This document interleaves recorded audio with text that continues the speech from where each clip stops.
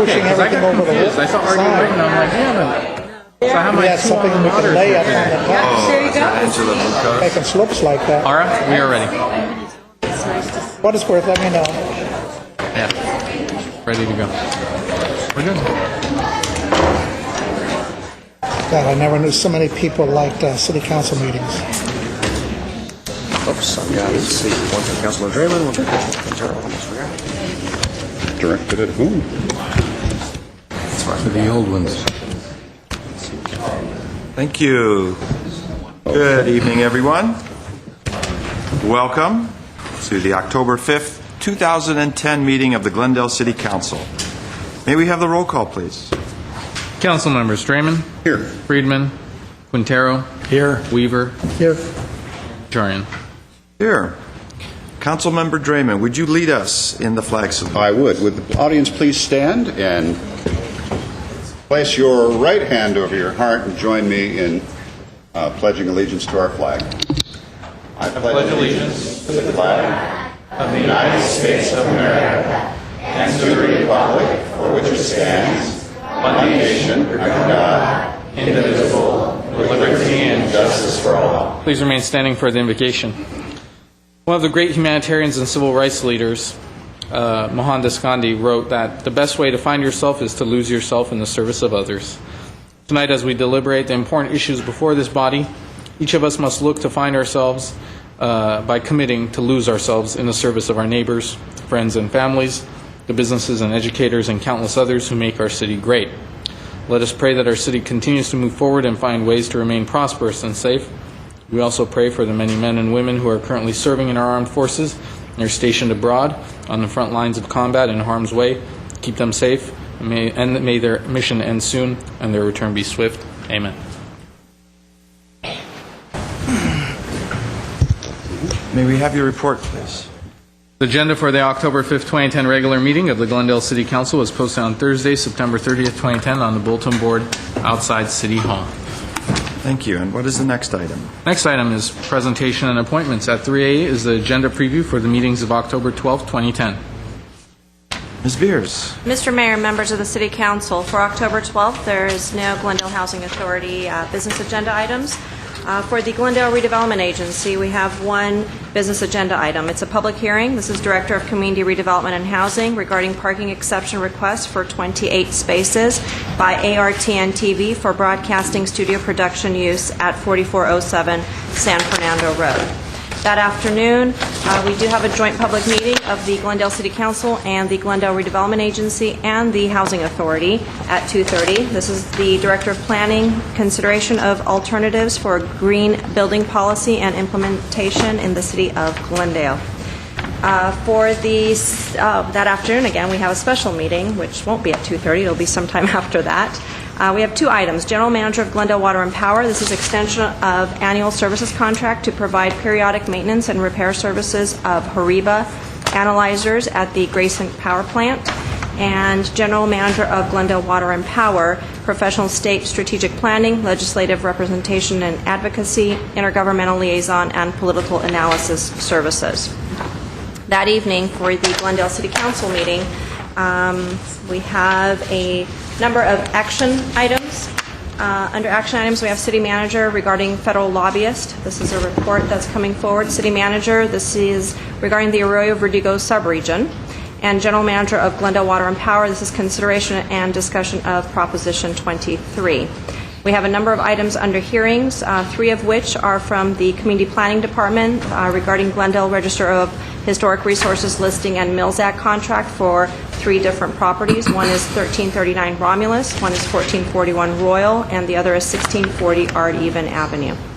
And lastly, we have General Manager of Glendale Water and Power. This is regarding the water rate ordinance. That concludes my report, Mr. Mayor. Thank you. Next item, please. At 3B, Mr. Mayor and Council, is proclamation designating October 2010 as Breast Cancer Awareness Month and November 2010 as End Domestic Violence Month. Thank you. And Mr. Weaver is going to present this proclamation. Mr. Weaver, let me switch with you. I'll give you the proclamation. I'll take that.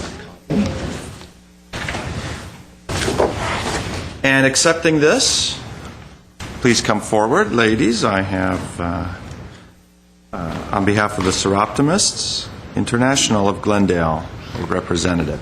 And let me read the proclamation, then you can introduce yourself and receive it from Councilmember Weaver.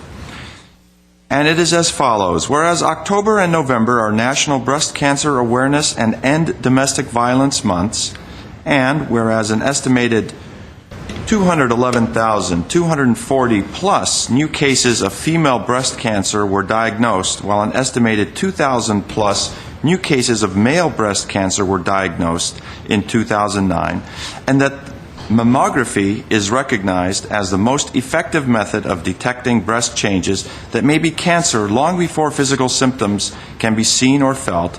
And whereas domestic violence, DV, is a serious and violent social problem that exists in all economic segments of society, in all cultures, and in all countries of the world, and a growing number of new breast cancer cases are diagnosed annually. And whereas Seroptimists are in a position to educate everyone, especially women, about the importance of yearly mammograms and monthly self-exams, and their right to feel safe and to live free from violence. And whereas the Seroptimist Workplace Campaign to End Domestic Violence and provide breast cancer awareness are ongoing Seroptimist efforts to promote awareness, advocacy, and action.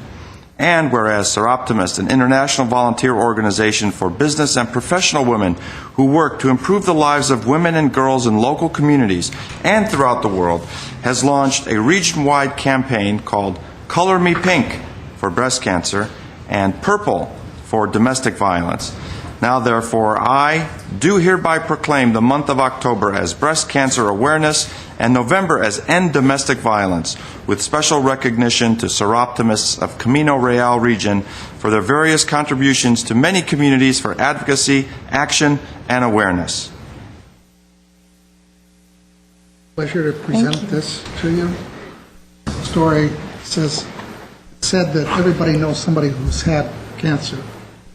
Me too. My sister had breast cancer, and I still remember it was many years ago. She'd gone, she had had a mammogram. Doctor said, you know, you look okay, but I see something. It looks kind of like what my wife had. I'd like to check it out. Ended up with a double mastectomy. Doctors told her if she'd come 1 to 2 weeks later, she'd have been dead. It was that aggressive. So women have to understand, must have mammograms, do it regularly. What, age 40?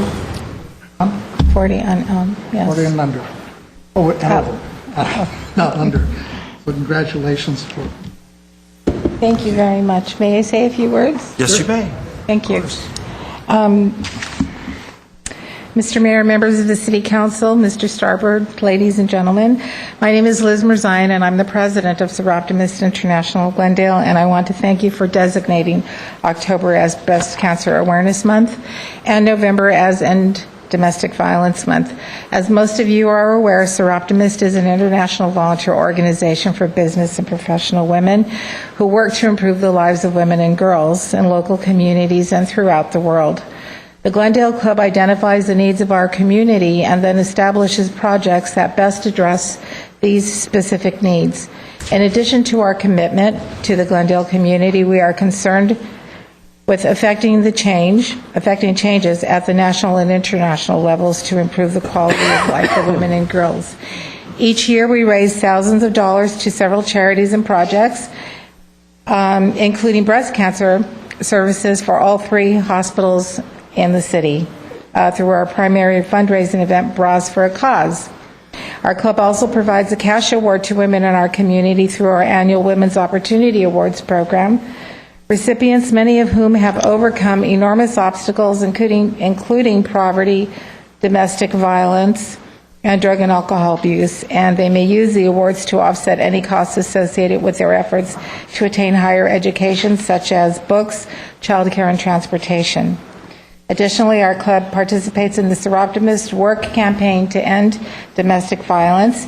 And each year on November 25th, the International Day to Eliminate Violence Against Women, Seroptimist members distribute thousands of purple cards, the color associated with domestic violence. This campaign reaches out to women in the workplace, since most domestic Abuse victims are employed outside the home, and violence at home often spills over into the workplace. I have here for you a supply of our club's purple cards, which the city may choose to make available for female employees. We have found that a discreet way of making these cards available for women is to simply place them in areas most frequented by women, such as the ladies' rooms. I also have information regarding our Bras for a Cause event, which will take place next year on April 9th. And we will be back again later to remind you as the time draws closer. But in the interim, you may want to consider creating and submitting a bra. So again, on behalf of Seroptimist International of Glendale, please accept our sincere thanks for your recognition and support. Thank you very much.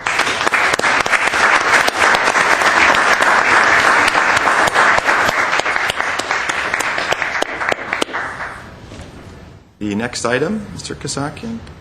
3C is a proclamation designating October 17 through the 23rd, 2010 as National Health Education Week. Thank you. And who's going to come forward? Ruth Cardenas. Thank you. From Glendale High School. Yes, Right, Kimberly Irene? Sinclair from Glendale High. Yeah, sure. Whoever else. Come on. And let me read the proclamation, and Councilmember Quintero will be presenting it. Whereas the City of Glendale has a vital interest in protecting its families by supporting health awareness programs, including comprehensive health education in our schools, which also advocates for a tobacco-free nation, and whereas organizations such as the Society of Public Health Educators, SOPHE for short, and the California Association of School Health Educators, CASH for short, are to be commended for serving as professional organizations to support the needs of schools and community health educators. And in recognition of this year's National Health Education Week, and in collaboration with Los Angeles Unified School District health teachers and local organizations to inform the public about tobacco prevention programs and cessation through the too many commas in that. I blew that. Let me. You're doing very well. Let me read it for you. Let me start over. Yeah, why don't you try that third paragraph, Mr. Quintero? That's a run-on. Are there any English teachers in the audience?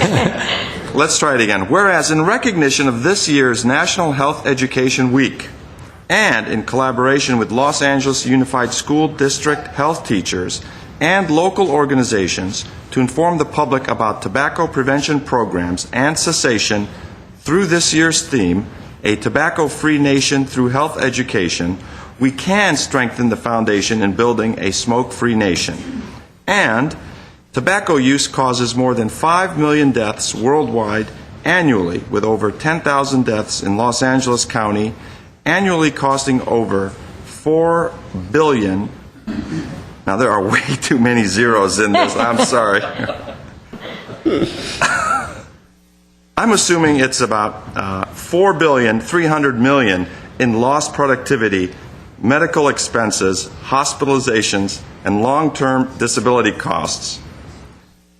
And each year, more than 393,000 Americans die from smoking-caused diseases.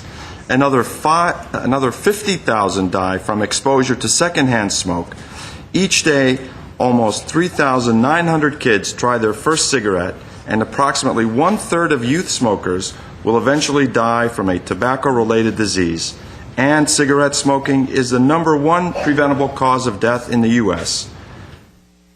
Therefore, I, R. Najarian, proclaim October 17th through the 23rd, 2010 as National Health Education Week, and recognizes CASH for its efforts to maintain and strengthen the health education requirement in our middle and high schools. I encourage our community to take part in activities and programs designed to enhance awareness with a goal to eliminate tobacco use and to continue our support of comprehensive health education. Yay, very good. I tell you.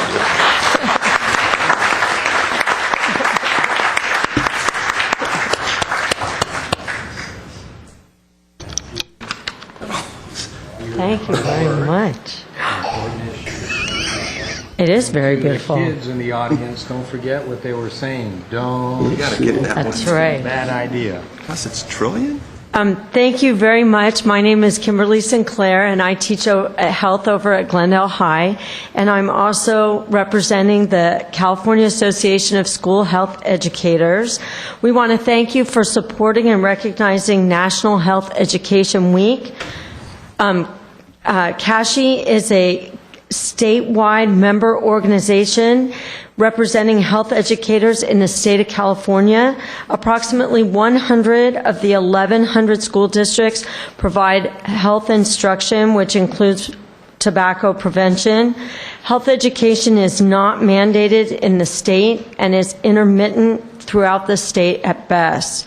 We hope that in the near future, we will have more school districts providing health instruction to help strengthen the educational awareness of health-related issues with our students and families. In brief, we have been working in partnership with our national organization, the Society for Public Health Education, SOPHE, to raise awareness levels among our communities in relation to National Health Education Week. Our activities will also entail a few media and press activities to reach people with our message that no matter what age, a healthy lifestyle will lead to a long, productive life. National Health Education Week consists of events ranging from teachers introducing fun activities in their classrooms in relation to a health topic, to school sites and districts coordinating health fairs to reach their community. Thank you for your support, and we look forward to building a partnership with the City of Glendale in the near future to promote health instruction. And if you're interested, CASHI has a website, cashi.org. And thank you for this. This is really beautiful. And I also want to say it's so nice to see some estrogen-sounding names at your table. I love seeing all of you gentlemen as well, but it's very nice to have estrogen up there, too. Thank you very much.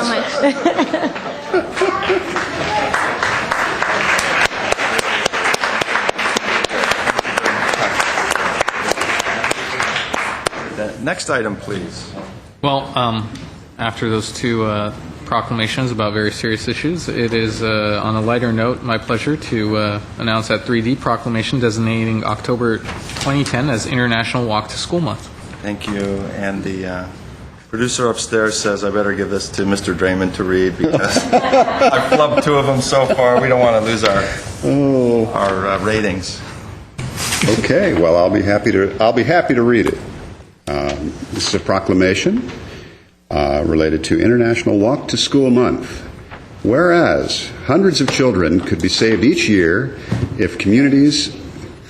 Now, I'm sorry, Mr. Mayor. I'm looking at the spelling on this. I should not be so critical. Okay. Whereas hundreds of children could be saved each year if communities take steps to make pedestrian safety a priority, and whereas a lack of physical activity plays a leading role in rising rates of obesity, diabetes, and other health problems among children, and being able to walk or bicycle to school offers an opportunity to build activity into daily routine, and whereas driving students to school by private vehicle contributes to traffic congestion and air pollution, and whereas an important role for parents and caregivers is to teach children about pedestrian safety and become aware of the difficulties and dangers that children face on their trip to school each day, and the health and environmental risks related to physical inactivity and air pollution, and whereas community leaders and parents can determine the walkability of their community by using a walkability checklist, and whereas community members and leaders should make a plan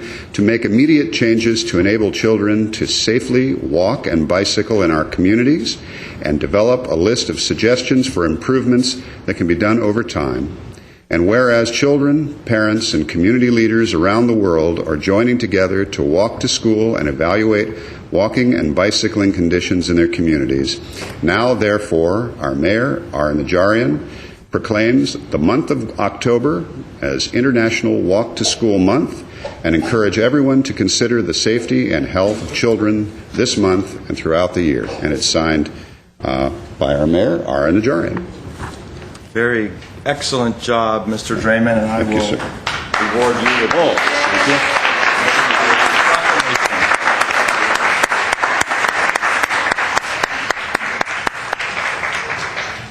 He's a product of Glendale schools. Yes. Well, I'd like to present this to you on behalf of Thank Mayor you. Najarian. Thank And you. if you would, please say a few words. I sure will. Thank you. Good. Hello, everybody. Good evening. Mr. Mayor, members of the City Council, and members of the City of Glendale staff. I want to thank you on behalf of our children, our community, and behalf of the Glendale Unified School District for making this proclamation. Walktober is going to be a great month, filled with lots of walking, lots of healthy activities, and lots of learning about safe and healthy choices.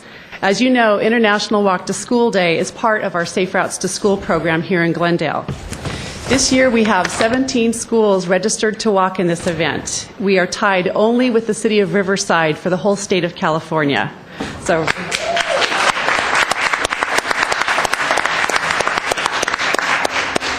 now a couple have claimed a rain check for Friday, not tomorrow, but we have 15 schools walking tomorrow. We will walk this month to enhance the health of our children, to improve air quality in the environment, and to create safer conditions for walking and bicycling. We will walk to teach our children lifelong habits to improve their health and safety. And we will walk to remember Mary Nalbandownian. So tomorrow, please join your children if you have them, your neighbors, your community, and walk to school tomorrow, rain or shine. Thank you.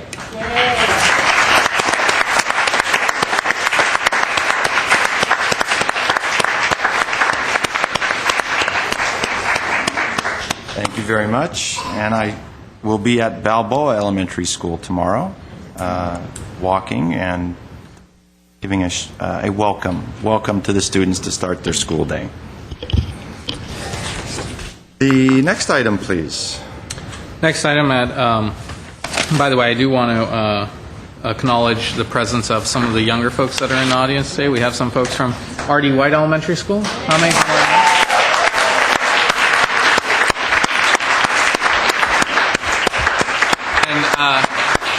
That was a shameless plug for my alma mater. Go Mustangs!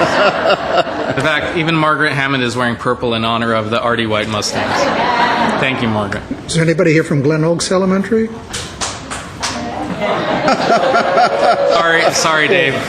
Councilman, you're outnumbered today. All right, am I allowed, Mr. Mayor, to... Go ahead. Yeah, what's your school? Is there a quorum call from Lincoln Elementary School? Oh, boy. Okay. Okay, well, it looks like Either one R.D. of us White succeeds. wins the contest. And if they eat their vegetables and do their homework, one day they can be sitting right here, if they want. And Or the they may kids, not. Please the don't kids- threaten the children, Mr. Kazaki. Scare them. And the kids should stay to see the doggies that are coming in. Okay.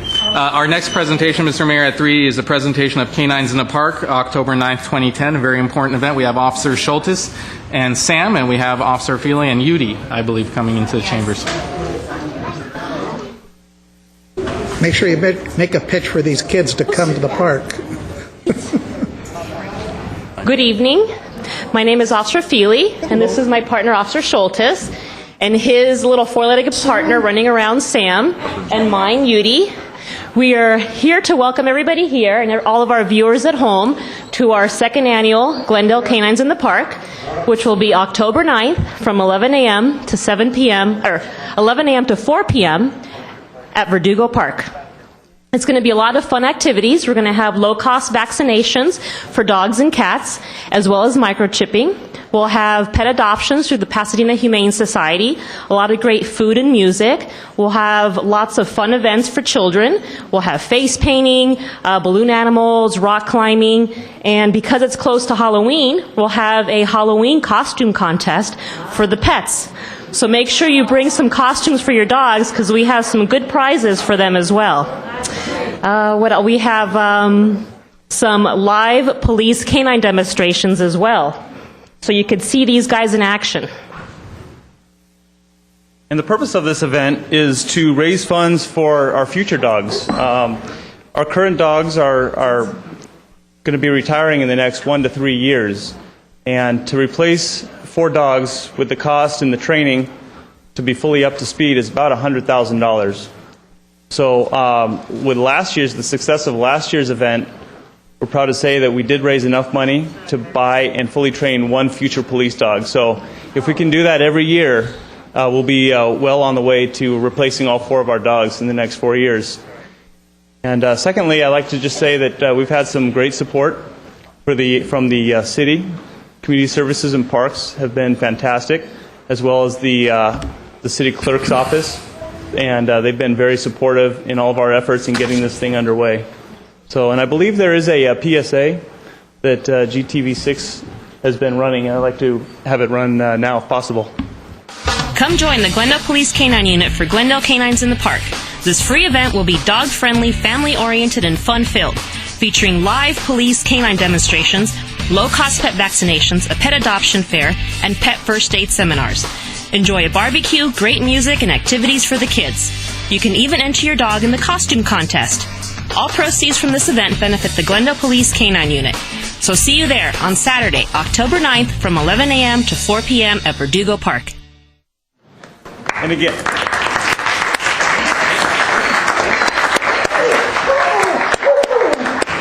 and if anybody wants any more information about the event, it's on our website at www.glendalecanine, the letter K and the number 9.com. It'll have a schedule of events and everything that the event has to offer. And all you kids, make sure you come on Saturday. Tell your friends. Thank you. Thank you.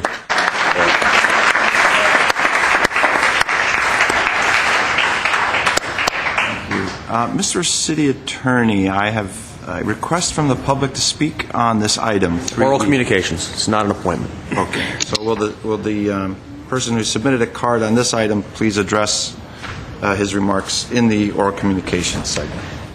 I do have someone who's not on the agenda. Are you ready, Ms. Mullins? Mr. Draymond? Actually, Mr. Mayor, under the presentations and appointments, just before we move on, I'd like to make a note that I'd like to place in nomination Susan Hunt as a nominee for the Commission on the Status of Women, who would be taking the seat of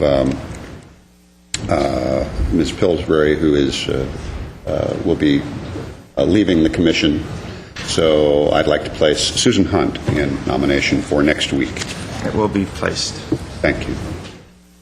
Ms. Mullins, this is a presentation of a sort. I guess it could be a staff comment, but let me give you this opportunity to give us some great news.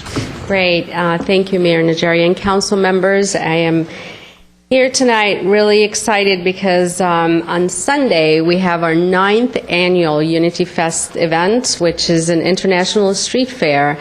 And we're here to invite the public to come out and join us on Brand Boulevard between California and Lexington from 11 to 4. We have a lot of exciting things this year, almost close to 100 vendors, including Montrose Farmers Market. We have 2 food trucks that were added this year to our event. One is India Jones Chow Truck, and the other one is Dim Sum Truck, and this is something new we're trying out this year. So those that follow the trucks come out because they will be at our event. And we have really awesome entertainment going on this year. We have our Scandinavian dancers, the Mexico Sister City. They're bringing in a group from Mexico. They will be performing on the stage for us. The line dance with the Chinese group, Korean dance. We have flamenco dance, traditional African dance, Armenian dance, and Celtic band. And as you can see, we have a wide variety of entertainment that we're capturing to celebrate our culture diversity in Glendale. This is the purpose of this event, is to really get together, bringing Glendale together and celebrate our differences, celebrate our culture through entertainment, through food, fun for the kids.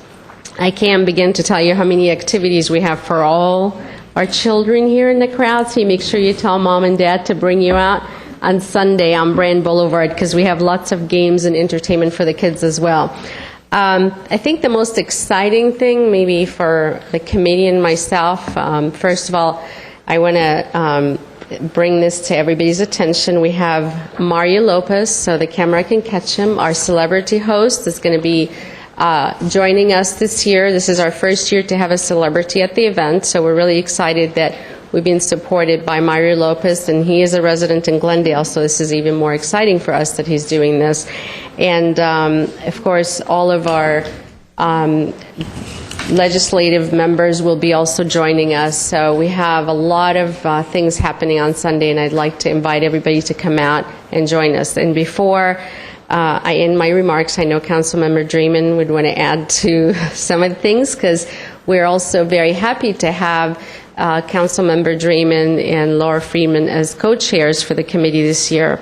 I want to extend great thanks to our committee, the Unity Fest committee, and also to our sponsors. Without them, this event would have not been put together. Just to quickly mention our sponsors, we have the Los Angeles Federal Credit Union, Glendale News Press, Korean Sister City Association, the Mexico Sister City Association, Gapan Sister City Association, Glendale Memorial Hospital, Glendale Adventist Hospital, Asperez Newspaper, Glendale Community Parks and Recreation, Glendale Management Association, I apologize, and the Armenian ANC also, they're our sponsors. So thank all our sponsors and everybody that's been working really hard on this event, and look forward to have all of you come and join us. I'll leave it to Councilmember Dreeman. We also have a PSA right after this. I was going to remind you about the PSA No, it's on its way. and to thank you, Zuzette, and the committee. When the public comes out to see the event, they'll have a great time, but it may not dawn on them just how much work went into, that the committee put into making this street event possible. It will be a terrific event. It always is, but this will be the third year on Brand Boulevard. Correct. In Mid-Brand, and it's a nice way to come downtown and discover the downtown area as well, rediscover your favorite restaurants and stores, and it becomes like a downtown homecoming. It's absolutely wonderful. So thank you. And do we have the PSA? Yes, we do. It's ready to go. The City of Glendale's Unity Fest 2010 International Street Fair will be held on Sunday, October 10th from 11 to 4 p.m. The goal of Unity Fest Glendale is to celebrate unity through diversity. This year's event has something for all ages, including a wide variety of cultural music and dance, a global marketplace, international food court, farmers market, and children's games and activities. And this year's Unity Fest will feature a special celebrity guest appearance by Mario Lopez. The event is free and will be held on Brand Boulevard between California and Lexington Drive. Free parking will be available at the Orange Street Garage.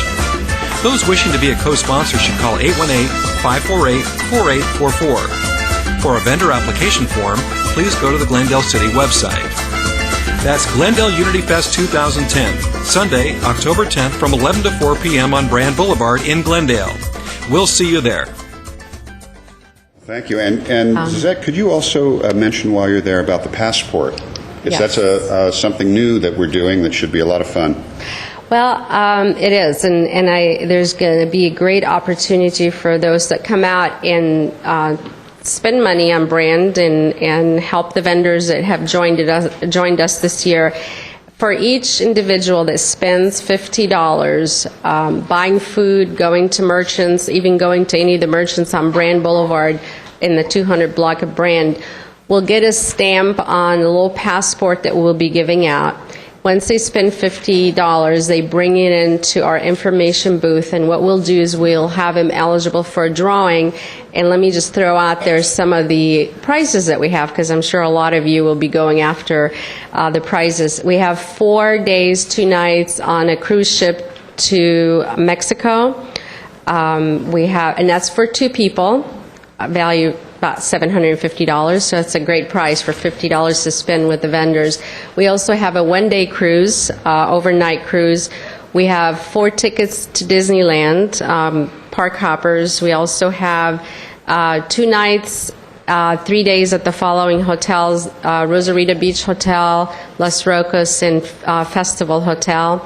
We also have a $250 makeup and hair by one of the artists that will be at the event, and I can go on, but and let's not forget Carousel for a night at Carousel Restaurant, dinner and show. So there's a lot of really nice gifts. So if you come out and spend some money, help the vendors, and join us. You'll be definitely given an opportunity for a drawing. And $50 goes a long way in that event. So come out and join us. And the hours are? 11 to 4, free parking at the Orange Street Garage. We're starting right at 11 with entertainment, so don't miss it because we have awesome entertainment. Very good. Thank you very much.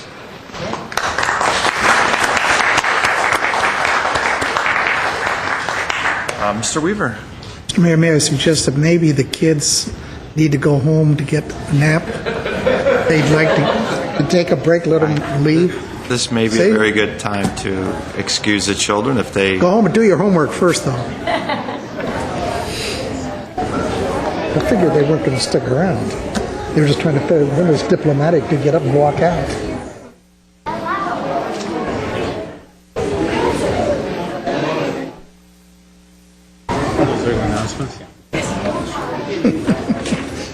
That's the best motion I've made in a long time.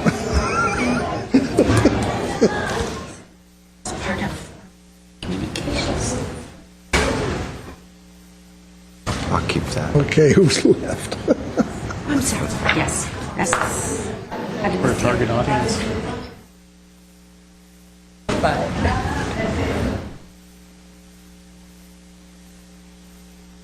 Okay, Mr. Kasakian, what is the next item? Next item is City Council and staff comments. Hey, Mr. Weaver.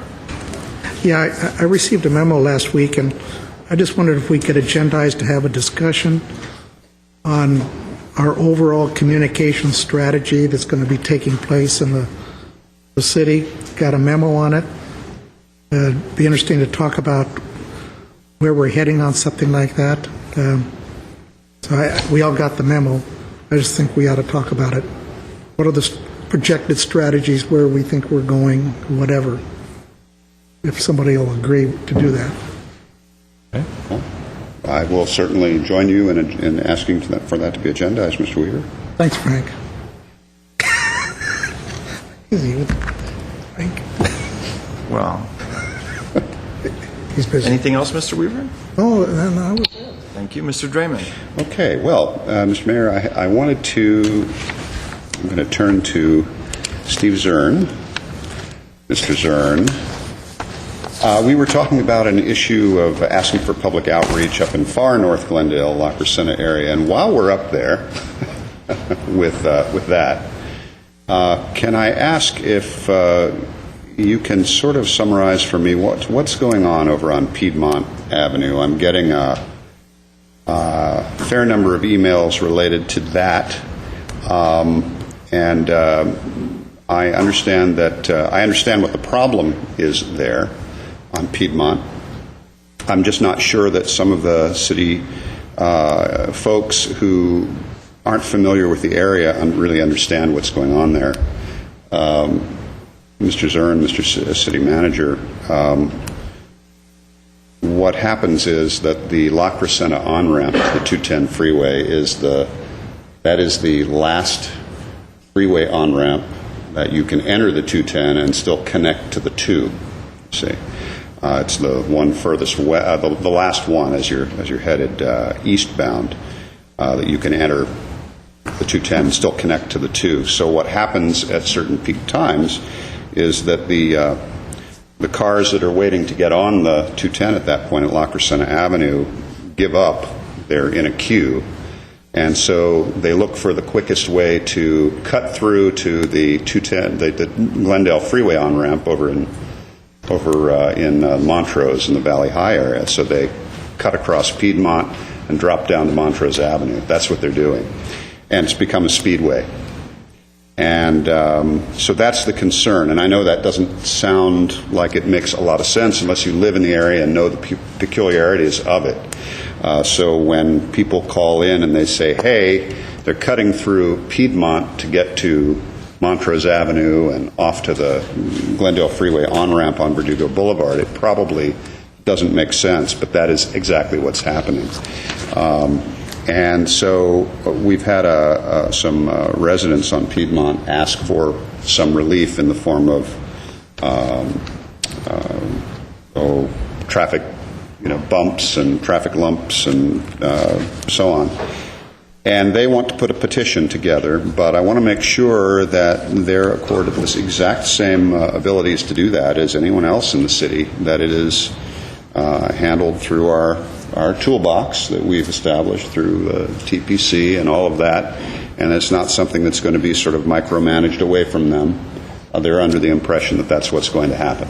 Not sure how that came to be, but anyway, if we could get some contact with them and smooth this thing down a bit, I would greatly appreciate it, and I know they would too. Mr. Mayor, Councilmember Draymond, I'll just quickly, because I think there is some miscommunication. I think so. I've spent a lot of time, most of my career as the director, trying to bring in some improvements to Piedmont in a number of ways. It's been extremely frustrating. The street has some great people on it.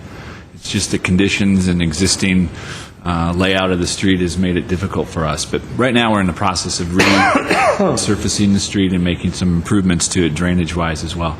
There was a question of the traffic calming, and our response was we do have a toolbox and there's a procedure. I think there was some frustration that there is a procedure, that it should just be that we put something in, and I think we can clear that up by just letting them know that we do take traffic counts and volumes.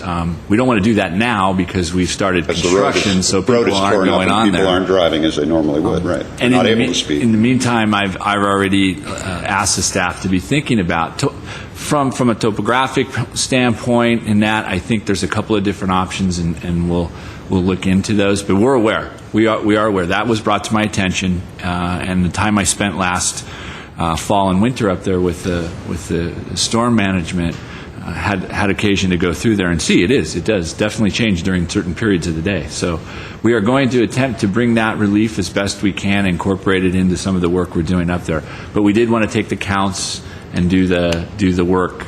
In no way are we trying to push that aside. So we'll make another staff talk to one resident I know this week, and we'll see if we can't get the word out. And the petition, please, by all means, bring it to us. We don't have a problem with that. In fact, we'll begin to look at it before the petition's in. We just want to make sure that the timing is right on that so that we get an accurate count and know what exactly it is we need to deal with. Okay, thank you very much, Mr. Zern. And Mr. Mayor, I think this was the next part of this that's related to that was an issue that came up once before, and that is when you were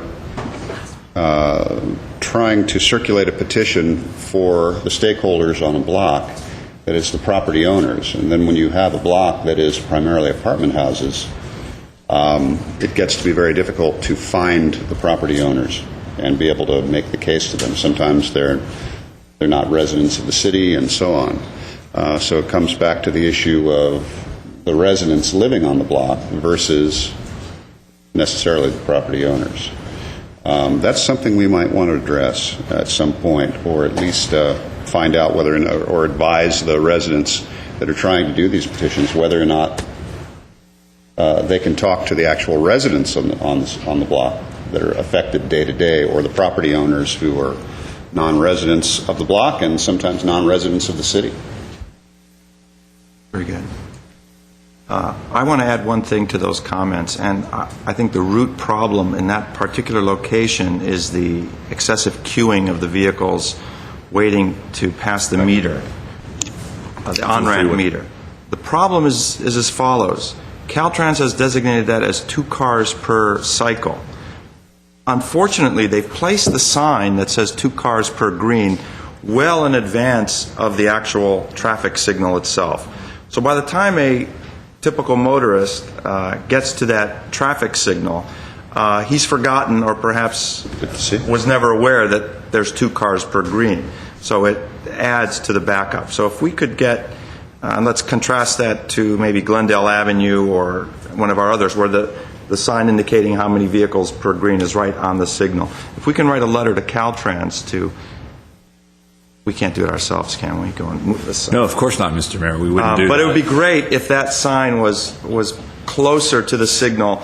I'm not saying that would solve any problem, but it would clearly help some of the cars come through the queue faster. That's an excellent point. I've experienced that myself. Mr. Quintero. Well, I just want to thank the Glendale Relay for Life Committee. As usual, they pulled together, even prior to the event, everyone in all the different departments have gotten together and raised money. And the event Saturday and Sunday was just great. It was up in Shoal Canyon, well attended. So congratulations to the committee, and we'll find out soon how much they've raised. It'll be in the thousands, tens of thousands. Thank you. I have a couple items. We had some, separate from our Korean dancers who were here last Tuesday, we had a high-level visit by Governor Kim Moon-soo, who is the governor of Gyeonggi Province, or state, in Korea. It is the largest state in Korea. And Mayor Rok Young, who was also here on the visit. They were in Glendale. They had a luncheon at no expense to the city. They had a tour of DreamWorks, also at no expense to the city. And we were able to sign the Sister City agreement that we passed as a council last Tuesday. They were very excited and very happy to be met with such warmth from the city, including all of our executives and Zizette and many of our staff in the city manager's office who helped put that event together. It was really covered quite well in the local media and the Korean media, and we've even had inquiries back from Korea. What did you guys do with the governor? So we're trying to explain that to them, and it's all good. It's all very good. The Relay for Life was great. A lot of city employees and department heads were working, fire department, police department, all volunteering their time to make it a great success for the American Cancer Society. Also, on that weekend was the Oktoberfest in Montrose. It was another lively event. I was there with my wife and 2 kids, and I was trying to keep an eye on them. I wasn't always successful, but they had a lot of fun, so I guess that means it was a great event. The recognition that we gave last Tuesday, if you remember, the gentleman Matthew Cole, a son of one of our division heads, I guess we could put it, Dave Cole, was on his way to Afghanistan, and we brought him up and recognized him, and I did get quite a few emails appreciating that we recognize youngsters who are about to go off to serve in the military. So I think it would be a good idea that we continue that. If anyone has a son or daughter, or if any of you are going to be entering the military, entering service, and actually leaving Glendale, you're more than welcome, please, to come to our city council meeting, and we will recognize you and wish you well, and you can introduce yourself to the public and tell us what your service is, what branch of the service, and where you're going, if permitted. I know a lot of that is confidential, but we'd like to recognize you and give you some recognition on your send-off.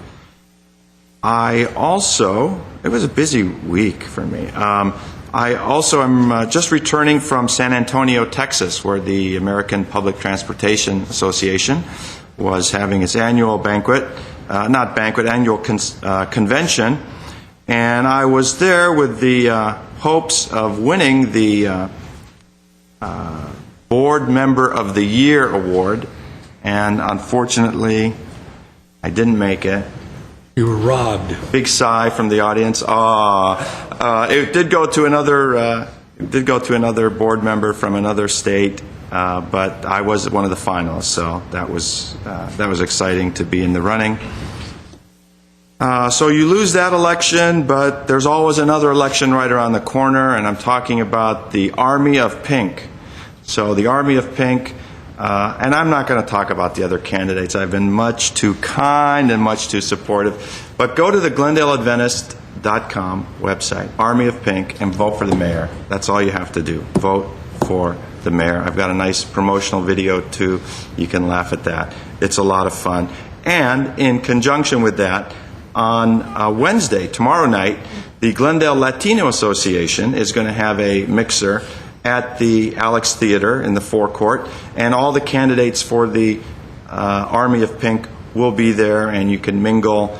And it is a fundraiser both for the Latino Association and their scholarship fund, as well as acquainting the public with the Army of Pink candidates. So that is tomorrow, hoping it doesn't rain. I'm not sure what this weather is doing, but that's tomorrow at the Alex Theater. And that's all I have. Any comments from staff? Thank you. Let's move on then. Next item. Next item is consent items, including minutes. The following are routine and may be acted upon by one motion. Any member of council or the audience requesting separate consideration may do so by making such request before a motion is proposed. One card was submitted requesting pulling of items 5D and E. Mr. Starbird. And Mr. Mayor, we'd like to take off calendar consent item 5C. That's a report from the Director of Public Works regarding San Fernando Road Rehabilitation Project Phase 2. Off calendar, please. So that leaves A, B, and F. May I move those items on the consent? Second. Okay. Roll call, please. Did we have cards? Not on not for I'm A, sorry. B, and F. Pardon me. D and E. Council members Draymond. Okay. Okay. This is for A, B, and F. A, B, and F. Yes. Friedman, Quintero, Yes. Weaver, Aye. Mayor Najarian. Abstaining from the minutes of the 24th. Other than that, yes. Let's go to 5D, please. 5D is Director of Public Works regarding Duran Pump Station Upgrade Project, Plan Number 3-1545, Spec Number 3388. D1 is Resolution adopting plans and specs and directing the City Clerk to advertise for bids. Mr. Milano.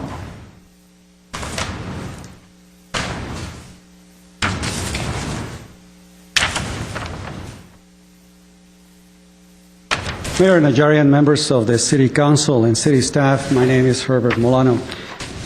A group of activists that I have been looking at the capital improvement needs of the Glendale Water and Power, because we have a significant amount of concern with regard to how the city has utilized the transfers, despite many warnings and many requests by the Glendale Water and Power concerning their infrastructure. So as part of the packet of the request that I made through the California Public Records Act, I obtained a list of all of the projects having to do with water main replacements and so forth. And I believe I contain a complete or a comprehensive list of what those projects entail. The interesting part is that this particular item here does not appear on my list. Item D did not appear on the reports that was submitted to me as compliance with the California Public Records Act. According to a report that the city obtained through a contract through CDM, where they did a study of the water utility, it is estimated that at the time in 2007, when the report was issued, there were $222 million worth of water repairs that were quite significant, many of them rated very high. I would like to ask maybe if Public Works can tell us a little bit more concerning how this particular project fits in within the $222 million in repairs that was estimated. Thank you very much. Who would like to jump forward and say the word sewage? It's not and we'll explain why sewage, but it's okay. Let's go to Mr. Zern briefly. If you can explain what this item is and why it was not. Yeah, the difference between sewerage and... Mr. Mayor, members of the council, this does not fall within the jurisdiction of Glendale Water and Power, nor is it connected to the potable water operation or the potable water rate that the residents pay. This is wastewater, sewage. This is a pump station that we have. It's quite old station, so it would not be included in anything GWP does. It would be separate from the water fund. It's in the sewer fund. So you're not hiding the documents? No. This is part of our sewer master, or excuse me, wastewater master plan. It's a separate document. Different department. Involved in a separate. We might note a pump station deals with sewage. in this case. Yeah. It's a lift station. I'll move the item. Second. Roll call, please. Council members Draymond, Yes. Friedman, Quintero, Yes. Weaver, Aye. Mayor Najarian. Yes. 5E, please. 5E is General Manager of Glendale Water and Power regarding bid proposals received for the portable pump connection installation project and spec number 3424. E1 is motion authorizing city manager to award a construction contract to J. Fletcher Creamer and Son, Inc. in the amount of $267,275 plus 10% in contingencies and directing the city clerk to reject all other bids. Thank you. Mr. Milano.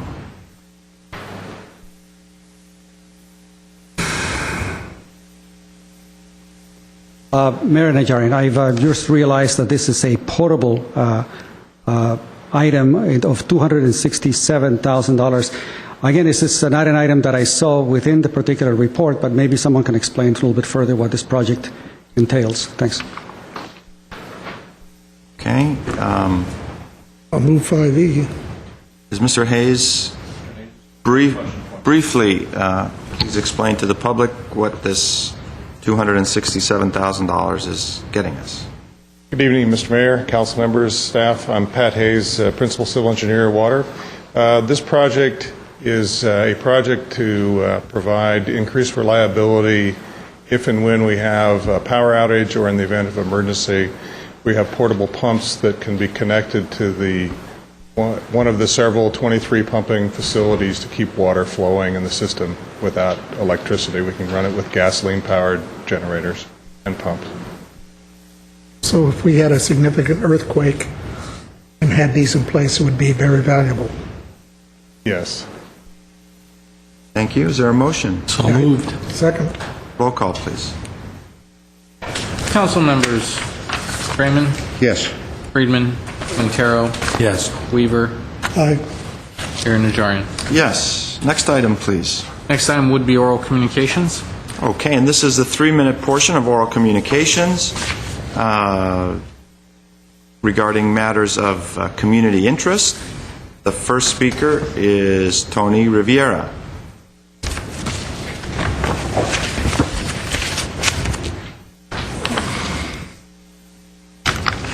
Good evening, Mayor, City Council members, member of the Glendale City staff. My name is Tony Riviera.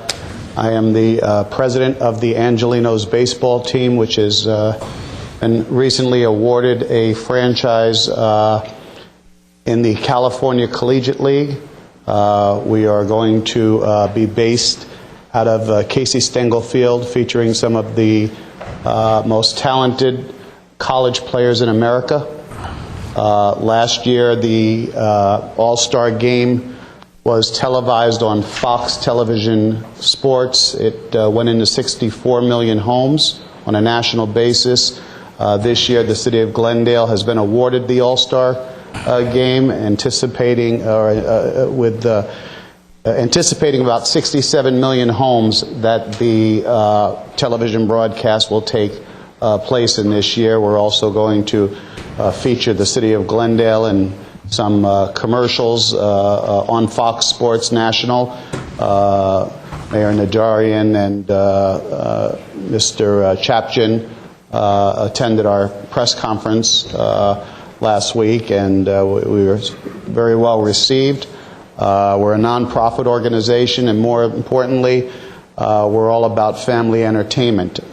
So members of the city or citizens of the city will be able to come and see world-class baseball on a nightly basis during the summertime at Casey Stengel Field, and there'll be free admission.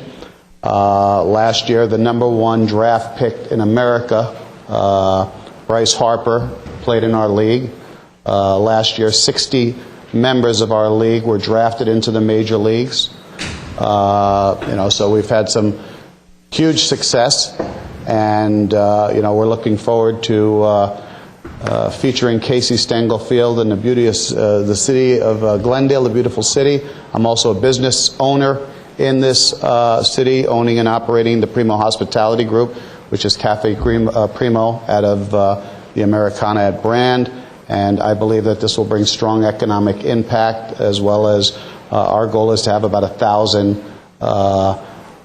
fans in the stands on a nightly basis. We believe that that will be very achievable, and when it comes down to the All-Star game, we'd like to see at least 2,000 to 3,000 fans at Stengel Stadium that evening.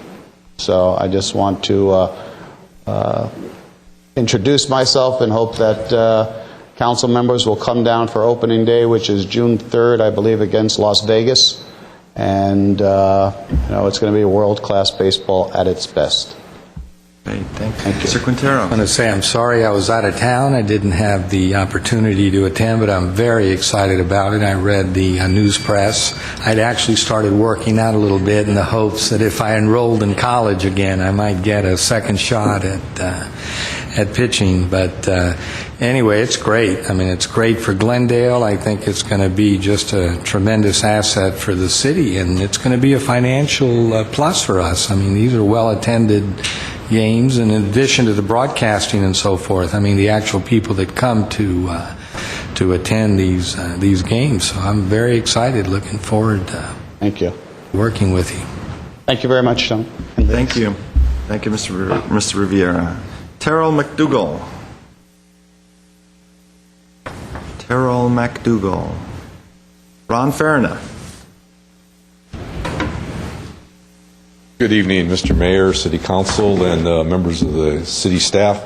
I'm here this evening with a special invitation, and I brought electronically our sponsor of our event, Fritz Coleman, and we see if he'll bring us his message tonight. No.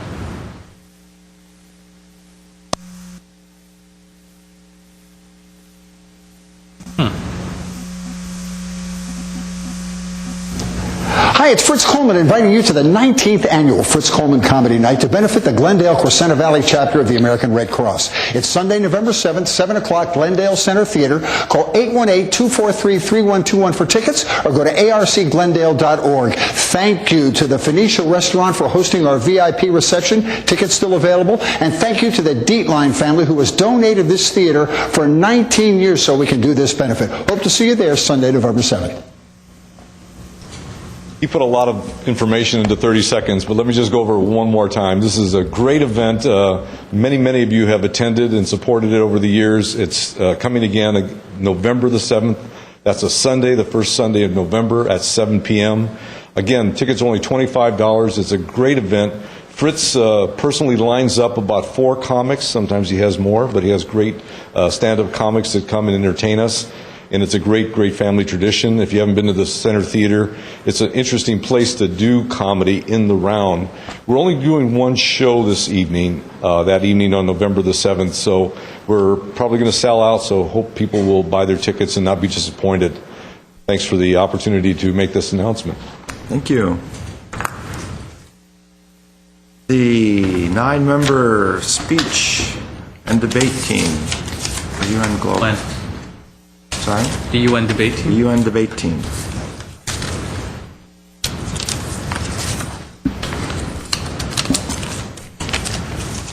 Good evening. By balancing the needs of families I'm sorry, before you start, you gotta, all of you, whenever you come up, just please announce your name for the record. Thank you. My name is Hyunji Kim, Hyunji Kim. Okay, go ahead. By balancing the needs of families and employers, and by extending a safe haven to those fleeing persecution, our immigration policy serves its historic purpose. Freedom and opportunity is the cornerstone of American society, and immigrants continue to embody that freedom, stated Spencer Abraham, a Republican senator of Michigan. Honor, integrity, duty, and justice. These qualities command our lives in many aspects of society. America, born of diversity and freedom, has a duty to protect its foundation. But where do we draw this line? And when is it too far, and when is it not far enough? Immigration is a controversial issue that has grown to become a crucial debate in every arena, whether it's an economical, political, or social setting. However, this phenomenon extends beyond the United States and continues to command our attention globally, as countries throughout the world are beginning to acknowledge the importance of current changes in migration. Good evening, my name is David Lee. Mayor Najarian, council members, and city leaders, we, the members of the UN Global Debate New Hope Academy Division, are excited to head into the 2010-2011 year of public discussion around critical international issues in order to exchange views and develop courses of action to combat its impacts. We have returned as a new 9-member group with a fresh central focus and even greater drive to positively impact our community.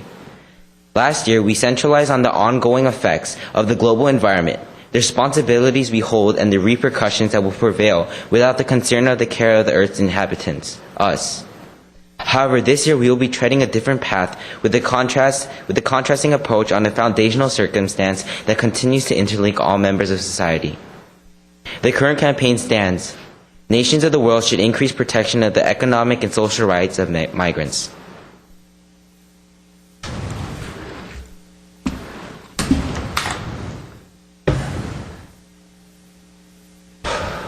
Good evening. My name is He-Oh.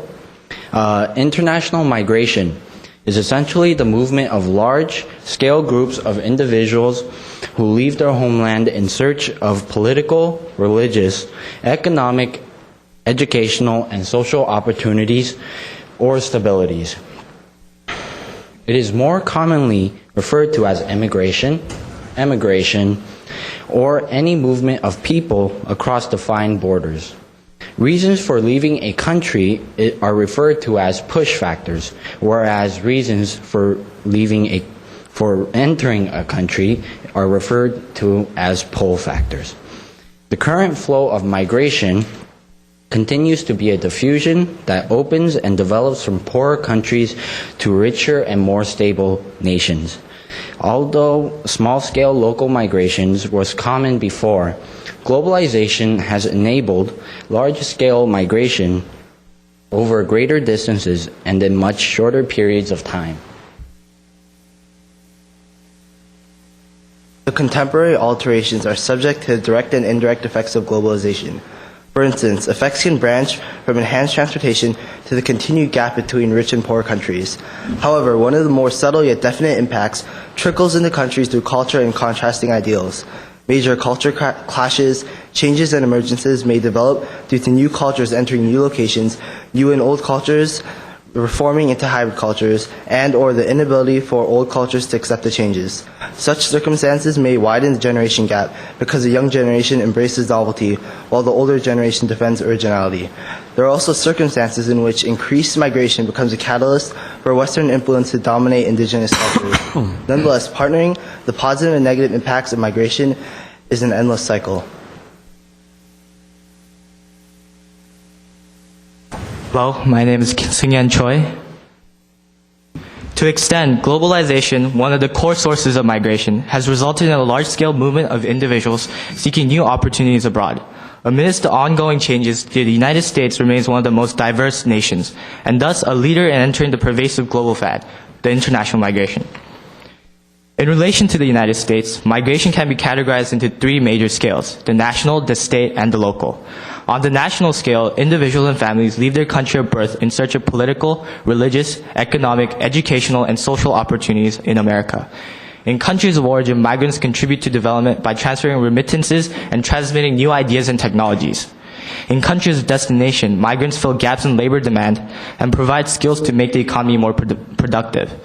Mexico represents the largest source of immigration to the United States. The next largest source, the Philippines, accounts for only 1/7 as many at 1.4 million. The debate on the economic and social rights of immigration is a lightning rod of controversy, with illegal immigration at its heart. Good evening, my name is Young-Soo Kim, and I'm here to talk about the state impacts of international migration. On the state scale, individuals and families migrate from state to state, depending on economic opportunities, social preferences, and so on. Nevertheless, immigrants hold an important part of our state's economy. For instance, immigrants in California are notable entrepreneurs. Technology giants such as Google, Sun Microsystems, eBay, and Yahoo are all founded or co-founded by immigrants. Immigrant spending and their tax contributions in California hold a major part of California's economy, contributing about to 32% of California's GDP. Immigrant households make up 27% of total household income, and thus represent a substantial share of spending power in the state. However, immigrants are also a powerful force in shaping the state's policies. In California, a full 19% of voting age populations consists of non-citizens. Immigrant voters and their children could represent up to 29% of all future potential voters in California by 2012. Good evening, my name is Ryan Lee. On the local scale, individuals and families search for cities, rural areas, and/or suburbs that allow for the amazing mixture of intercultural and diverse regions within local areas. In particular, Los Angeles is an ethnically diverse community. Many immigrants provide invaluable labor and increase productivity on a local level. Glendale is the third most heavily immigrant-based large city in the U.S., behind Hialeah and Miami, Florida. It is one of only 6 U.S. cities with a population of more than 100,000, a 54% majority of which are foreign-born, and is the second largest Armenian community in the world after Yerevan. The city is also home to a significant number of various communities, such as Cubans, Colombians, Filipinos, Chinese, and Koreans. As a member of one of the most ethnically diverse cities in the United States, we are privileged and thus believe it is our responsibility as students of the community to actively participate in furthering the social and economic opportunities for immigrants.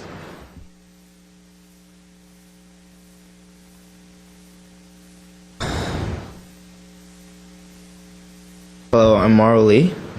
A community is defined by its people. Hence, by extracting the opinions of the community, we could best understand what the people want and how they want to be treated.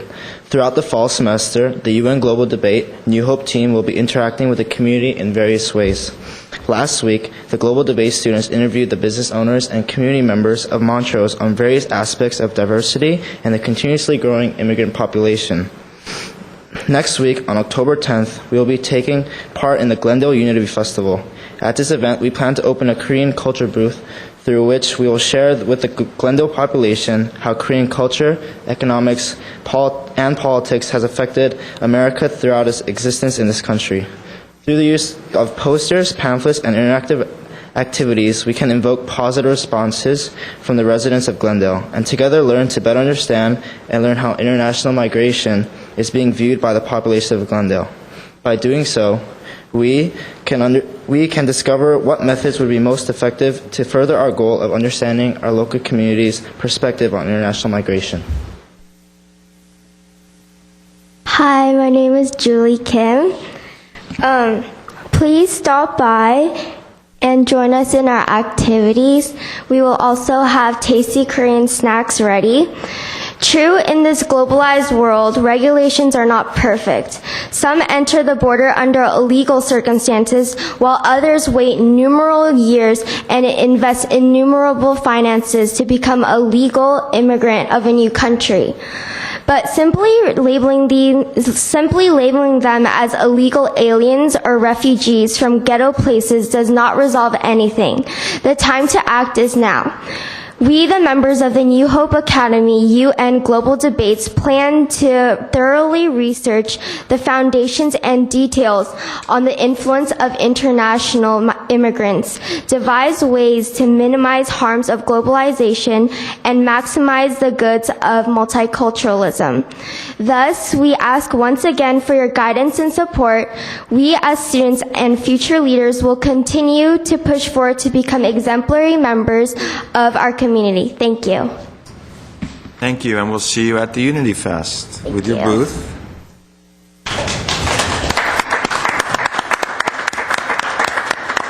And your tasty Korean treats. Thank you for coming before council. There was a Terrell McDougall did that. No. Person ever return? Okay. Let's move on to the next item. So we're going to close this portion of oral communications, and we'll return to the general oral communications at the end of the meeting. Next item. Next item under action items at 8A is Director of Public Works regarding public sale of surplus city-owned property at 1338 North Jackson Street. At 8A1 is an ordinance for introduction selling surplus city-owned property at 1338 North Jackson Street, Glendale, pursuant to a completed public auction. Mayor, glad to introduce the ordinance at 8A1 unless there's some cards. I missed all the excitement when you had that Sure bidding, did. so I That was understand it unique. was, Artie had the gavel in his hand and was... He worked it up. Our city clerk squeezed the last dollar out of this piece of property, I'll tell Yeah, you. he sure did. Well, very good. Thank you for the introduction. If there's any questions now, or we can address them next week as well. The next item, please. Okay, next time, we now return to oral communications. Okay. Where discussion is limited to items not a part of this agenda. Each speaker is allowed 5 minutes. Council may question or respond to the speaker, but there will be no debate or decision. City manager may refer the matter to the appropriate department for investigation and report. Thank you. Mike Mohill, followed by Angela Vukos.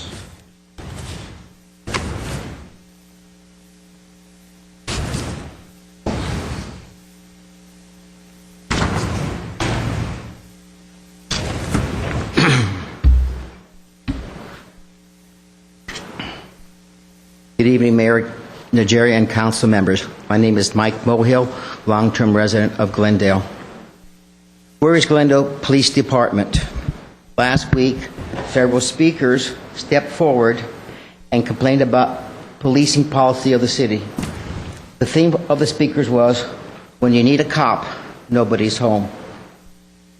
People are driving recklessly throughout the city streets, cell phones in hand, text messaging, speeding, drinking, failing to pay attention to pedestrians in crosswalks, and all the usual complaints fell on deaf ears at City Council. Councilman David Weaver said our police department personnel were spread thin throughout the city, preventing crime. But Mr. Weaver and other council members were not being honest with the public that evening. What they should have said and told the speakers and the folks watching TV was that this council and previous ones decided it was more important to pay all Glendale City employees generous salaries and pensions. The city had created a nanny state and a bunch of lottery winners. Once a person becomes an employee of the city, he or she is there for life. A cradle-to-grave employment opportunity. Isn't that great? In private industry, many individuals will have to have worked for many companies throughout the lifetime of their life, knowing that the company will prosper and hoping their company will prosper during the next recession. But in Glendale, one has virtually a guaranteed employment unless they do something egregious and get fired. Millions of dollars could be saved if the Glendale Fire Department changed their staffing policy, and if we had fires and emergencies every day of the week, we would need constant staffing, but we do not. The station fire was the last major fire in the city. But the Firefighters Union has convinced our politicians and the public what is best for the firefighters is more important than what is best for the taxpayers who have to pay the bills and wish we had more law enforcement instead. Nowadays, if a fire inspection is requested by a homeowner, four firefighters on duty will pull up in front of the homeowner's home with a large fire engine. These engines are big, bright red, and noisy, so all the neighbors can hear. About a month later, again, 4 firefighters with their fire engine will do the same inspection follow-up. Why, may I ask, in years past, only 1 fireman would come in quietly into a neighborhood for a home inspection? Why do we need 4 trained firefighters for an inspection? Is this how they justify being busy and their 6-figure income with a generous pension at age 50 or 55? The problem with Glendale and many cities is we have let the city unions run our government, and the elected politicians are their handmaidens. With generous salaries and pensions, little money is left over for law enforcement or other expected city services. Residents are being levied with more taxes, fees, and assessments, just like the folks in the good old city called Bell. As the taxpayers go to the polls this November, please remember the hoodwinked citizens of Glendale. Citizens of Bell. Almost the same, I think. Slip of the tongue. See which of our politicians have received campaign money or endorsement from the different unions. As my mother would always say, Democrats or Republican, just follow that money. If the candidates receive union money or endorsements, please do not endorse their candidates. In order not to look foolish, Glendale residents who belong to the Glendale Fire Department, Glendale Police Department, Glendale Managers Association, Glendale City Employees Association, or teachers and education unions, please do not come forward complaining to our city council members the need for resources for law enforcement or expected services like parks, soccer fields, roads, bus services for seniors and the disabled. If our politicians cut the city payroll and pension obligation significantly, we would have enough money for additional law enforcement and expected city services. Thank you. Thank you. Angela Vukos, followed by Herbert Milano. Good evening, Mayor Najarian, Glendale City Council, and staff. I'm Angela Vukos and lived in Glendale for 45 years. The Transportation Department has recommended the permanent removal of all public transportation in Glen Oaks Canyon, which we have had for over 75 years. Now it is your decision to approve or disapprove of this service for an area which is home to 800 families. We are talking about 1 mile on a straight, wide boulevard and should not be compared to Chevy Chase, a much longer, narrower, and very winding road. Some of us purchased our homes because of the availability of public transportation on Glen Oaks Boulevard. Removal of our independence is very personal, so I am going to be very personal here. We are told there's not enough money for some public transportation, which is a high priority in most cities. It's not necessarily meant to be a profit-making venture. It is to provide mobility to the people. The city pays only $44,000 a year to transport about 1,000 passengers every month on Line 13. Extension of Metro Line 201 would be at no cost to the city. From the year 2000 to 2009, city wages have increased from $94 million to $143 million. Overtime pay in some cases is almost half again as much as the basic salary. Management staff has increased 40%. When I retired from the federal government and became unproductive after 34 years of service, I received about 40% of my salary for a pension. Now, we taxpayers pay 75 or 90% of the salary as pensions for city retirees. In the year 2009, we had 70 retirees receiving pensions ranging from $185,000 to $100,000 per year. That costs almost $8 million in 1 year. Some are rehired, resulting in double dipping. I paid 40% toward federal medical insurance. The city pays much more for medical insurance, which, as I understand, is sometimes over $1,000 a month for some city employees. How much would the city save on a shared basis? Federal employees receive accountable mileage reimbursement. In Glendale, we provide new vehicles and flat auto allowances. We pay for health club, college, dental, vision, credit, and gift cards, I understand. Our litigations and acquisitions have been very costly. All of these costs, which benefit just a few fortunate people, reduces the amount of money available for all other city services. With all due respect, Mayor Najarian, we pay for our representation on the Metro Board. What good is that expense if we do not use that power to restore the 1-mile service of Line 201? Question: how much can 1 mile to extend Line 201 service cost? Can this be shared between the city and Metro? I give credit to former Mayor Zarian because when he was on the Metro Board, he not only fought to retain Line 201, but was able to secure Sunday service for us. Thank you, Mr. Zarian. Transportation is a great economic stimulator because people on the move are spenders, including bus riders.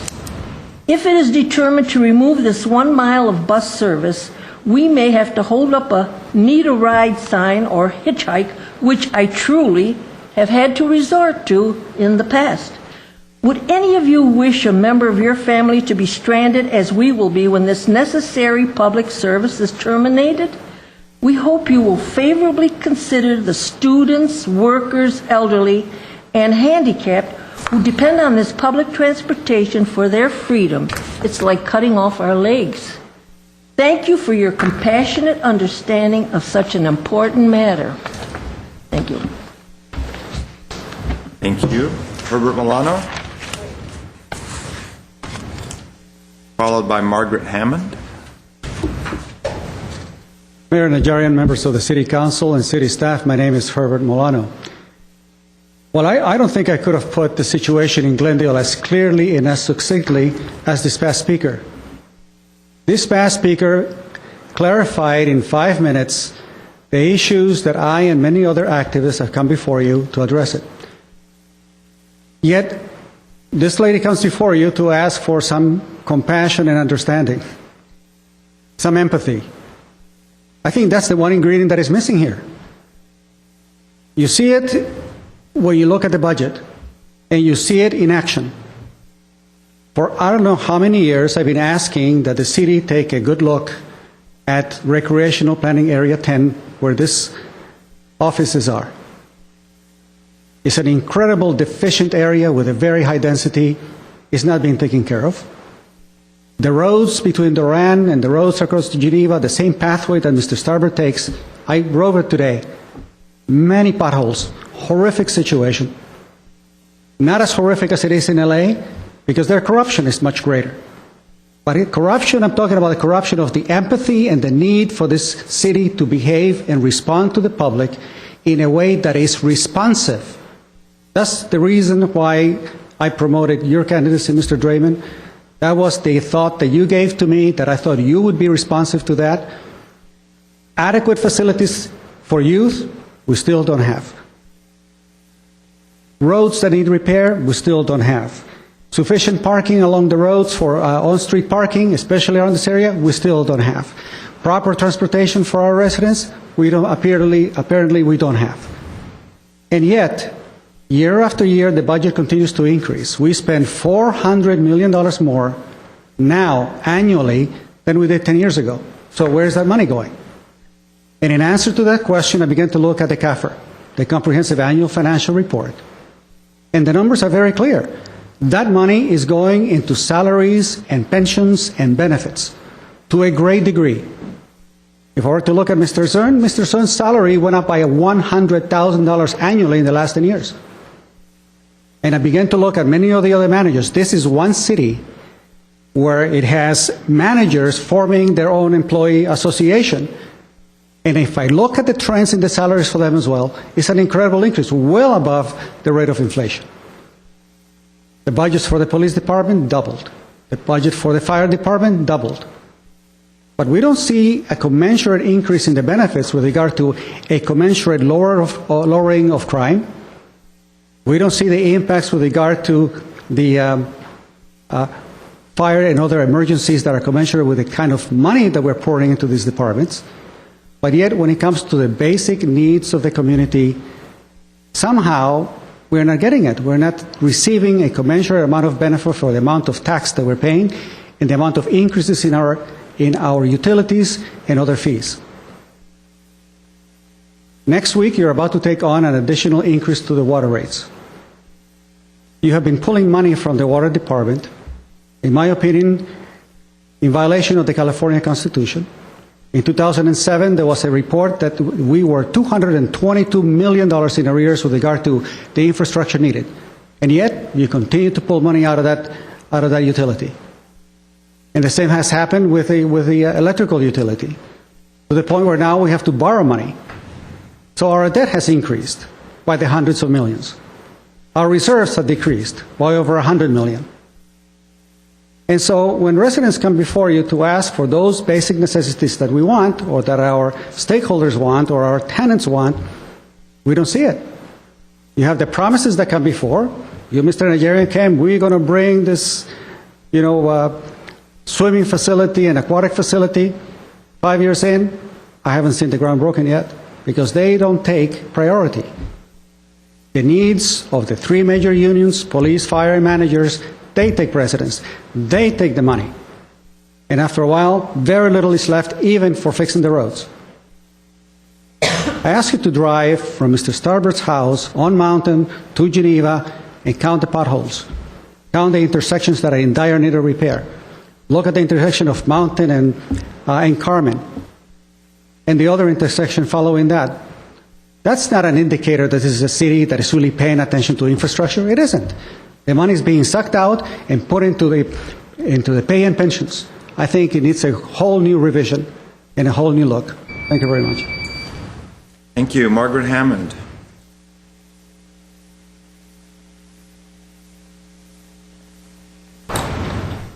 Good evening, Mayor Najarian, members of the council, staff, and the audience. My name is Margaret Hammond. I would like to start off with, just as I was leaving my home, I had a phone call. And some of you may know this man. Sid Gordon was a longtime resident of Glendale, and he wasn't that old. I'm sure he was at least 20 years younger than I, and that's still quite a few years. He was an original member of the Glendale Historical and part of the group that moved and restored the doctor's house. He worked very hard. He was a really nice man, very kind and very generous. He gave a lot of hours volunteering for the city in many different ways.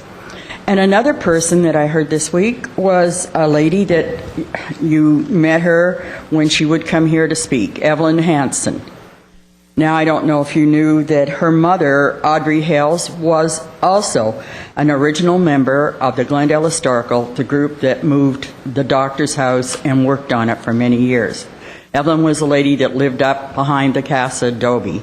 And she, again, was a young woman. I was trying to think back. I've known her 30 years, and I think she was maybe in her teens when I first met her with her mother.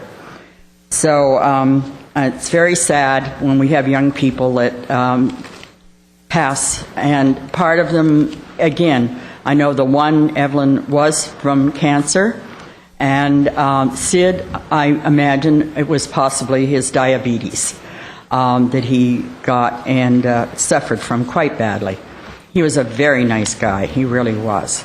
He was a character, but he was a good guy. Now, I'm here on another mission, actually.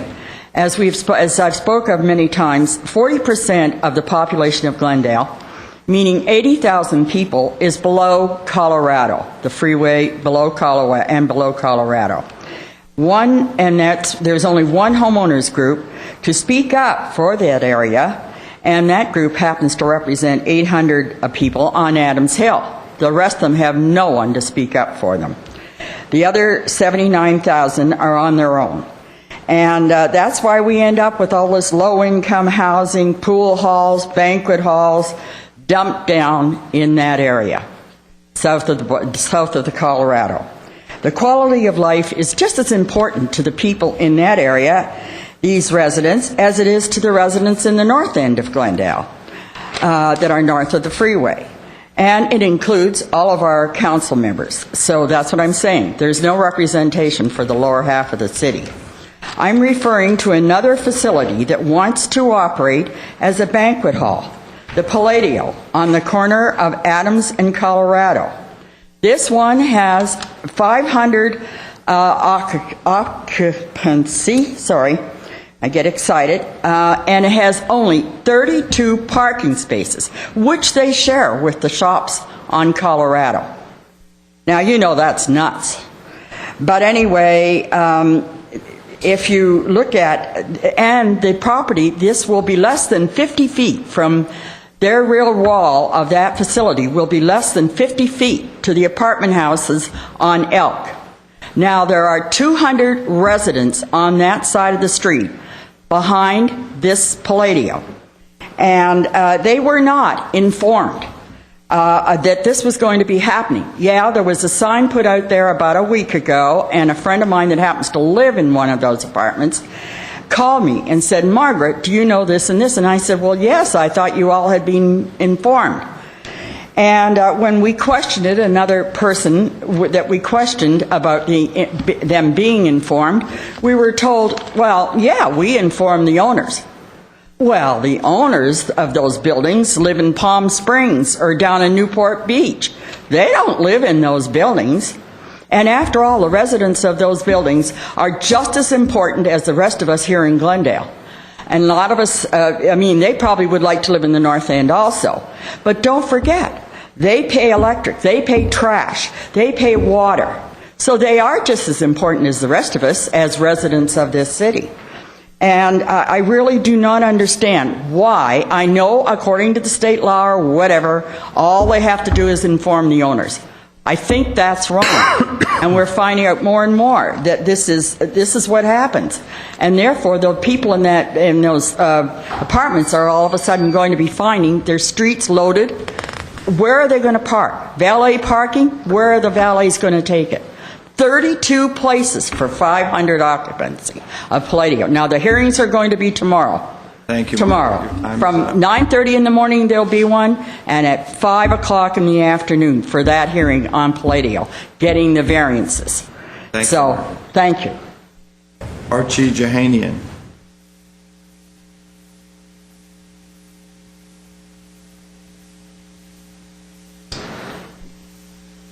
Good evening, council members. My name is Archie Jahanian, resident of Glendale for the last 33 years. A couple of years ago, my in-laws, which were almost 80 years old, changed the windows on their property without knowing that they have to get a permit. A month ago, they got citation that they have to obtain permits. Being a building inspector for 29 years, I thought, whoa, this would be easy to go and get it. So I went to the planning division, and over there I was told that the windows does not meet the guidelines. When I asked for the guidelines, I was provided with 22 pages of papers, which says draft. Nothing much about a draft. When I said this is only a draft, not an approved guideline, I was told the city council has instructed them to enforce the draft. I have two questions from the city council. Has council instructed the staff to enforce a draft for window replacement? And if yes, why a draft is enforced when it has not become an ordinance yet? Thank you. Thank you. I don't have any other cards for oral communications, unless the others have been turned in. Let's see if there's any comments from council. Maybe Hassan would like to address the windows. Mr. Hagani, the windows. Regarding the windows policy, you might remember that we had a study session on the issue, and I think staff has explained to the speaker that the guidelines are not the same as zoning standards, and the guidelines are attempt are an attempt from staff to explain what staff is looking for in terms of compatibility of the windows with both the existing windows on a property and then windows that define a neighborhood and the surrounding areas. So the guidelines are a work in progress, but are replacing what we would otherwise be explaining on the verbal basis to people. And so we are trying to tighten that, but in the meantime, the issue that staff is implementing is the issue of compatibility, which is defined, again, in a guideline that the Design Review Board takes under consideration. And we do not approve or disapprove windows. We can exempt them from Design Review Board review or not. In other words, the applicant can disagree with staff and go to the Design Review Board and have the Design Review Board review the windows as being compatible with the property and the area or not. However, if he would like to seek staff exemptions from the DRB, then the guidelines would be a way to get there. I hope that answers the question. We're not done with the windows yet, are we? We're not done with the final guidelines of the windows. However, in the meantime, the council has instructed us to go ahead and implement the draft guidelines as we have handed out to the gentleman. I didn't know I went that far with my vote, because I don't necessarily agree with all the guidelines. Well, that will be coming back to us. And should a homeowner dispute the DRB's findings, the remedy is a appeal to the City Council. Correct. There is a process. Mr. Mayor, let me suggest that tomorrow we review the action of the council at the last time, because I thought specifically with respect to enforcement, there were sort of three categories. One was existing vinyl windows that had been installed some time ago, and that was essentially a hold unless there were safety issues that arose, in which case we'd enforce. And any new installations, we'd be following the guidelines. I'm just wondering what category this may fall into. It may fall into one of those that are on hold until we've resolved that issue. Back here. Yeah, so we may want to take a look at that first thing tomorrow. If indeed they were installed 2 years ago, it may fall into that first category that the council had addressed. Do we have his information? Yeah, you have his information. We have the gentleman's information. Okay. Comments, Mr. Draymond? No, I don't have anything. Thank you, Mr. Mayor. I just have a few comments. Mr. Mohill, the issue of the texting drivers was brought up last week. They're not diverting our police staff, requesting that they not enforce those issues to pay them higher pensions. I'm not sure. I think that was the... In fact, I did inquire. I spoke to Lieutenant Grimes, who spoke to Lieutenant Pavlidis. We are the recipients of a grant from the Office of Traffic Safety, specifically for the enforcement of distracted drivers, which includes cell phones, eating while driving, reading while driving, texting while driving. And it has been reported in the last 2 days that there has been a sweep of those drivers, not just in Glendale, but throughout the county. And I am of the understanding that that will continue. So anyone who thinks they can just make a quick text to their friend or make a quick phone call while they're driving in Glendale is going to be awakened with a rude citation, which carries with it a hefty fine and is a moving violation as well. To Ms. Vukos, your issue, we get your letters, Ms. Vukos. We get your phone calls. Your issue was brought to the very highest levels of the MTA just yesterday, where the executive director, CEO, myself, and Jano Bagdanian discussed Line 201. If you can believe that. Amongst all the other huge transportation issues at stake in the county and in the nation, we were talking 201 in San Antonio, Texas. MTA is not willing to pick that up. They are in a huge structural deficit. They are cutting lines all over the county. And if it's 201 that gets restored, then it's the line on the west side and the line on the South Bay, and there would be no savings. And believe it or not, the bus system would collapse. there's just not enough ridership on that line to justify doing it. We don't make money on that line. We lose money on every single line that we run. However, in addition, before I get to the however, in addition, you brought up the name of Larry Zarian. Larry Zarian was a very effective advocate for the city. It's perhaps unfair for any of us to be compared to Larry Zarian. But at the risk of tooting my own horn, I have worked hard for the city of Glendale, and I have brought in millions of dollars for transportation projects, infrastructure, fueling stations, repair stations, new buses, roads, etc., not just on a one-time basis, but on a continuing and ongoing basis. So not to let it seem as though the city of Glendale has a pumpkin sitting up there on the MTA board. However, there's the however part. I'm going to ask Mr. Zern, and I hinted at this with Mr. Bagdanian in San Antonio, as we go through our taxi permit process, to see if those applicants willing to make an application would be willing to provide a limited fixed route service at a low cost for the residents of Glen Oaks Canyon that would take them from a fixed location which connects with the other bus lines, whether it's a B line, to some point or some range of addresses up Glen Oaks. Not a typical cab service where they'll come to your door, but if a resident says, I'm going to be at this corner of Park and Glen Oaks, a taxi can provide a limited service from that location to the next nexus, which I'm not exactly sure where that is, Chevy Chase and Glen Oaks, and vice versa. And if we can look into that, I know that obtaining a taxi permit has become very contentious and very competitive, and perhaps this can be a component of the taxi cab permitting process. Perhaps you could put in dial-a-ride too into the discussion.